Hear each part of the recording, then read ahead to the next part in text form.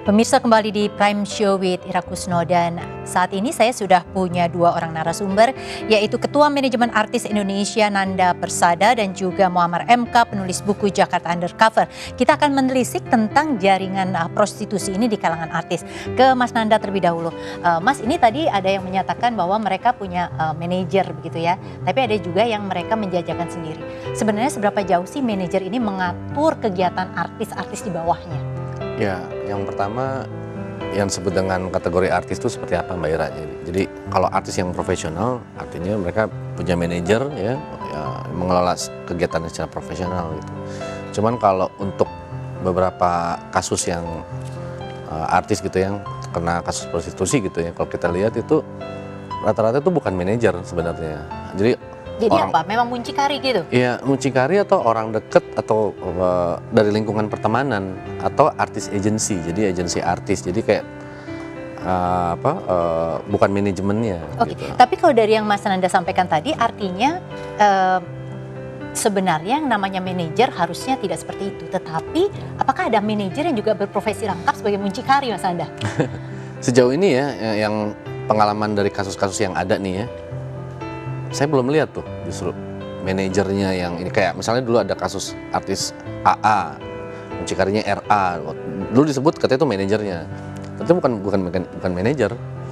Jadi gitu. Sebenarnya kalau yang Mas Nanda lihat, kalaupun artis ini punya profesi ganda begitu, yang mengurusi kegiatannya yang legal itu memang manajer begitu ya, tapi dia punya orang lain yang mengurus kegiatannya yang remang-remang itu. Iya, jadi itu masuk ke, kalau manajer kan dia tahu jadwal kerja artisnya kemana aja, dia ada kerjaan atau tidak.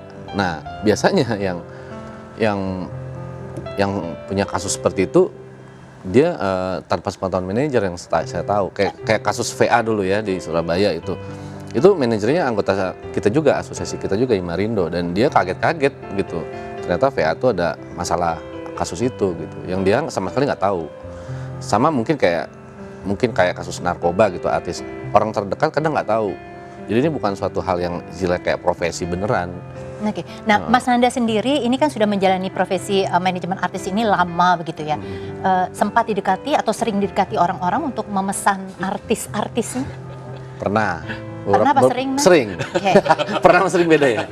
Jadi iya gitu. Jadi awalnya misalnya ada. Gimana? Biasanya langsung telepon atau hubungan langsung atau lewat artisnya atau seperti apa polanya? Semua. Jadi kalau misalnya ketemu sama klien lagi ada suatu acara, nah dia mulai mancing ngobrol-ngobrol tuh, Mas kalau artisnya bisa nemenin bos nggak? Nemenin bos gimana kan gitu.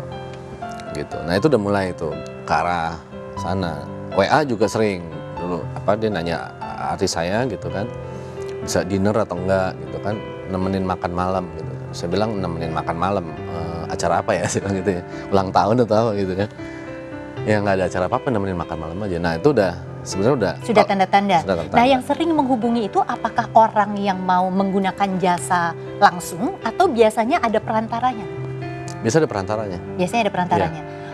Kalau itu dari orang luar, artisnya sendiri sering nggak misalnya atau bertanya, ada yang mau pesan saya nih atau ada yang menggunakan jasa itu, kadang-kadang ditemukan kasus seperti itu nggak, Mas? Saya pernah ngobrol sama dulu artis saya gitu kan,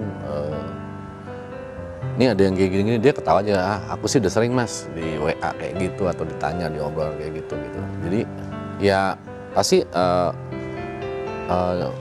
kalimatnya kurang lebih kayak gitu. Kalau dilayanin terus sih arahnya ke sana gitu, yang udah gitu sih cerita-cerita mereka ya. Oke, Mas MK, kalau ngelihat seperti ini kan sebenarnya polanya adalah memang sang manajer dihubungi oleh kebanyakan perantara begitu, atau dari artisnya sendiri gitu menanyakan ke manajer atau apapun lah istilahnya tadi Mas Nanda. Pola-pola ini sebenarnya nggak banyak berubah ya? Pola-pola atau modus operandi sebenarnya dari beberapa tahun, dari kasus pertama ketangkep dulu itu sampai sekarang pola-polanya mirip sebenarnya. Dulu itu kita bicara 80-an. 90 dan 2000 lah. Mungkin karena kalau 90 mungkin lebih banyak menggunakan istilahnya rendezvous kontes kan, dia harus ada ngedate dulu kan.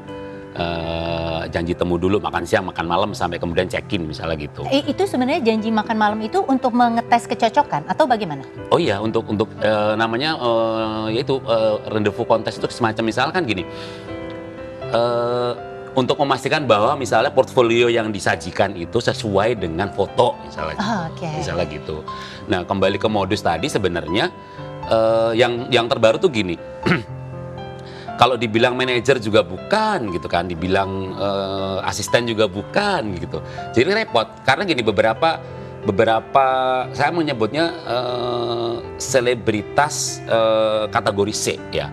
Selebriti kurang terkenal, skuter ya istilahnya Mas MK. Karena dari kasus-kasus yang ketangkap itu sebagian besar adalah mereka ya rata-rata secara strata popularitasnya kecil lah gitu.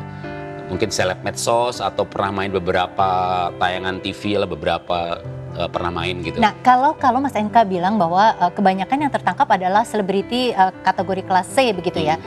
Yang kelas A ini susah ketangkepnya karena pandai sekali untuk memainkan gimana? Karena secara modus beda. Jadi misalnya kelas A ini, grade A ini akan susah dianggap sebagai bagian dari transaksi prostitusi karena memang modusnya beda. Misalnya paling banyak kan kemudian gini, yang paling santer misalnya gini.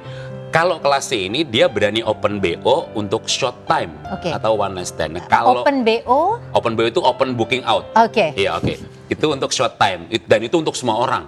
Artinya open public lah gitu ya gitu. Nah, kalau grade A dia tidak akan open BO karena dia hanya untuk satu orang. Jadi ani-ani misalnya. Satu orang jadi piaraan lah gitu ya atau kontrak nikah gitu.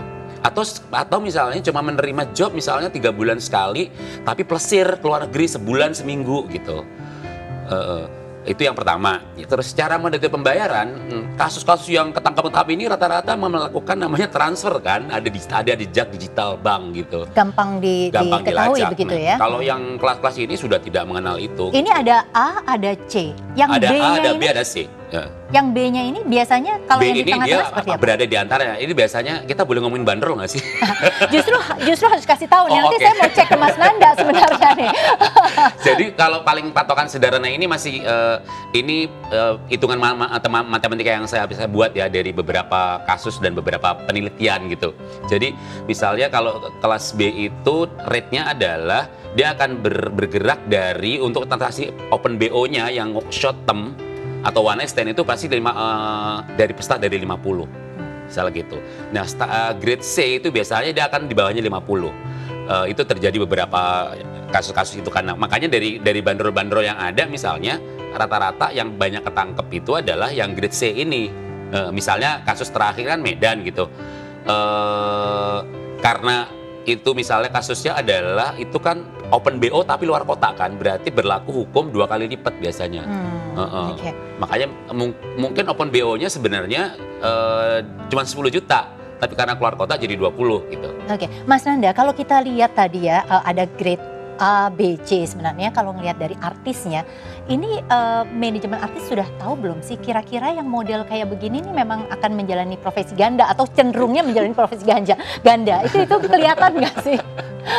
Ya, untuk beberapa karakter artis yang memang looknya atau konsepnya seksi, biasanya cenderung seolah bisa ke arah sana gitu. Tapi kalau yang memang image-nya memang dia formal gitu ya, post formal atau apa, jarang sekali kesana. Nah, Mas Nanda, kalau misalnya seperti itu tadi, ini kan manajemen artis itu kan dia harus menjaga citra lah artis yang di manajemenin itu. Nah, kalau kelihatannya nih ada yang agak-agak nakal gitu, itu biasanya gimana handle-nya supaya nggak terperosok ke dunia prostitusi? Gitu ya. Jangan tanya nakal. Saya, Mas. Mas Nanda nih, gimana, Mas? Ya, biasanya kita bisa lihat ya sinyalnya kalau memang dia udah mulai antara keinginan untuk bekerja atau keseriusannya dengan enggak tuh kelihatan sih biasanya. Memang dia memang benar-benar serius untuk berkarir atau dia pengen populer, setelah itu dia mencari uang dengan cara yang lain ya gitu. Yang lebih mudah begitu ya? Yang lebih mudah, jalan pintas itu kelihatan sih biasanya. Mas Nanda pernah dapat artis yang seperti itu? Ada beberapa. Selama ini kan prostitusi dijerat oleh polisi karena tidak ada pasal yang tegas ya memidanakan itu di KUHP, maka dijerat dengan undang-undang tentang perdagangan orang. yang dianggap memperdagangkan mucikarinya gitu kan yang kena. Sedangkan si pelaku sendiri, sebut saja pelacurnya lah begitu, itu tidak bisa dikenakan karena dianggap korban. Kalau tadi Pak Arsul ini mengatakan bahwa ini agak-agak repot begitu ya, karena jerat hukumnya ini tidak membuat pelaku terutama pemesan ini menjadi jera gitu. Yang dilihat oleh Mas Nanda yang manajemen artis, tapi juga soal sarjana hukum, dan Mas MK yang banyak menelisik tentang kasus ini, seperti apa? Kira? Ya kita menanti sih ada revisi KUHP atau apa, karena ketika pelakunya tidak kapok, tidak ada sanksi pidana hukum, pemesannya juga tidak gitu kan, malah dalam beberapa kasus si artis-artis yang disebut artis-artis itu terungkap kasusnya, malah setelah itu dia makin banyak jobnya, makin terkenal kan gitu. Itu yang Tarifnya makin naik ya malah tarifnya ya? malah makin naik, malah jadi ajang promosi dia. Oke, Mas gitu. MK. Dari dulu saya bilang bahwa karena payung hukumnya belum jelas, terutama untuk yang pemesan dan yang melakukan kan gitu, yang jualan gitu kan, memang yang selama ini yang ketangkap selalu muncikari aja kan gitu. Dan dalam beberapa kasus terakhir atau yang dulu itu kan selalu muncikari, yang sering kita sebut sebagai muncikari itu tanda tanya juga gitu. Padahal cuma broker gitu. Tapi seakan-akan kemudian Seakan muncikari. Kan bayangan muncikari itu kan selalu gini, dia tuh mengelola bisnis memang benar-benar profesional gitu. Misalnya muncikari yang punya anak didik atau punya ani-ani misalnya 50 orang, itu benar-benar yang mulai di sekolahin table manner, di ani-ani ini ya istilah ya? Ani-ani itu sebenarnya dulu istilah bahasa kode sebenarnya. Dulu tuh ani-ani itu bahasa kode yang artinya anak-anak gitu. Tapi kemudian berkembang menjadi anak didik gitu, yang mengacu pada tadi yang pada perempuan yang punya side job, urusan ranjang lah gitu. Terus kemudian menjadi naik lagi sesuai perkembangan zaman gitu. Ani-ani itu jadi kayak semacam itu ya PR in bed gitu. Piaraan di kasur, PR in bed ya. Saya PR soalnya, jadi saya agak kaget soalnya. Oke, nah kalau tadi dibilang ya Mas Nanda bahwa kemudian sampai disekolahkan table manner dan sebagainya itu, kalau yang Mas Nanda tahu pemesannya memang dominasinya ini kelas atas pejabat begitu? Iya, yang udah seperti itu. Pengusaha-pengusaha, terutama banyak pengusaha daerah sama pejabat, terutama pejabat daerah. Oke, nah kalau di tahun 70-an itu muncikarinya berkedok nih jualan barang antik. Ya. Kalau sekarang polanya gitu ya, atau kedoknya itu seperti apa ya? Apalagi tadi dihubungi langsung para pejabat gitu. Nah, para pejabatnya berarti udah tahu nih siapa yang mesti dihubungin kan sebenarnya. Saya lebih senang menyebutnya sebagai kontak person aja sih. Broker, marketer, atau kontak person. Karena misalnya gini, modus yang sekarang dipakai oleh misalnya selebritas strata C ini adalah dia misalnya punya beberapa kontak. Jadi nama saya masukin dong di list kamu gitu. Jadi kalau list A ini misalnya ada orang yang mau order, nama dia ada di sana. Jadi dia open BO-nya gitu. Dia punya misalnya 4 kontak person. Nama dia ada di sana gitu. Bahkan misalnya untuk yang transaksi yang dalam kota itu tadi saya bilang mereka udah misalnya store nama ke beberapa tempat VIP, tempat hiburan VIP di Jakarta, udah punya kontak person sendiri gitu. Jadi kalau ada istilah window shopping ya kalau dalam bahasa ya curi-curi pandang, yang kemudian kayak orang menikmati entertainment malam aja gitu. Tapi sebenarnya ujung-ujungnya adalah itu bagian dari tadi untuk mencari, untuk melihat, memilih ya. Yes. Mas MK, kalau misalnya kita lihat ini kan sekarang yang tertangkap ini perempuan terus begitu ya. Untuk pelaku prostitusinya. Tapi sebenarnya kan ini tidak hanya jenis kelaminnya perempuan kan? Ya, tapi yang laki-laki nggak banyak sih. Yang laki-laki satu nggak terekspos gitu kan, terus tapi memang secara dari sisi transaksi emang tidak sebesar perempuan gitu ya, makanya kasusnya selalu kebanyakan perempuan gitu. Okay. Kan dari sisi orientasi seks kan juga sama kan gitu, kebanyakan kan memang kalau kebanyakan yang prostitusi itu dominasi yang banyak yang menjadi subjek, yang menjadi objek itu adalah perempuan kebanyakan. 90% perempuan. Nah, prostitusi yang melibatkan laki-laki sebagai objek itu cuma 10%. Oke, Mas Nanda, kalau misalnya sekarang prostitusi online seperti ini kan juga mulai marak lagi gitu ya, bukan online atau bahkan yang langsung artis. Dari manajemen artis sendiri kan sebenarnya ini tercoreng ya. Apa sih tindakan yang mau dilakukan ke depan? Ya, tindakan yang dilakukan ke depan sudah pasti.